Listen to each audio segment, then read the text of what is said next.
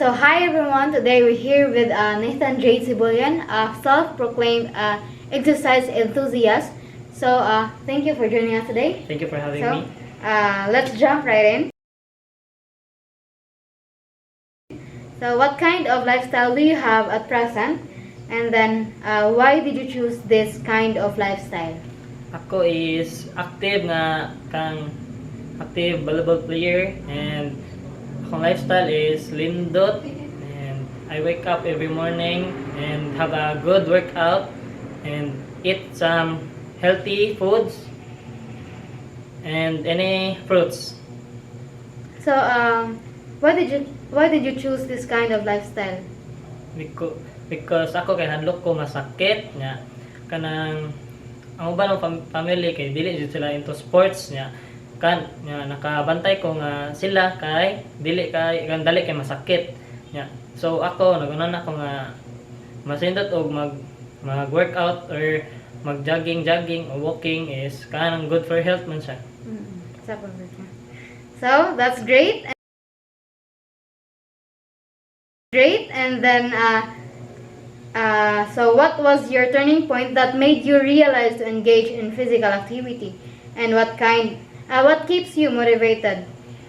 So akong sa pag-ingon ako ganiha nga hadlok ko masakit is ang uban is kanang dali kay masakit tungod kay wala sila kanang physical activities, and di sila ganahan mo gawa sa balay. Sige lang sila standby sa balay, standby sa kwarto, sa balay. Sige lang kaon og oily foods. So next is what keeps you motivated?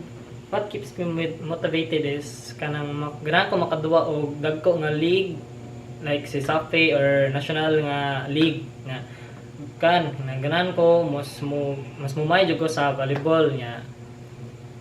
Mato, mas mumay ko sa volleyball. So far, unsa pa yung kanang pinakadako jud nga league nga imong naapilan? So far nga dako nga league is PSDL, kanang private school, kanang developmental league. Mara na pinakadako nga nga liga akong naapilan. Okay. So now is as an exercise enthusiast, what will you advise a person with no interest in engaging in physical activity? So mga wala na mga physical activities, masindot yun mag-start mo og small like magdako-lakaw or jogging like sa dool lang, or kanang mag-gym lang gud mo sa mga gagmay lang nga weights or something makapasingot ninyo. Ana lang gyud nya.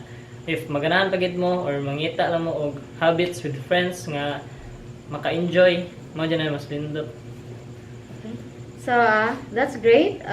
So now is thank you for this conversation and for your sharing of your journey and then your insights. So that's all. Thank you. Thank you.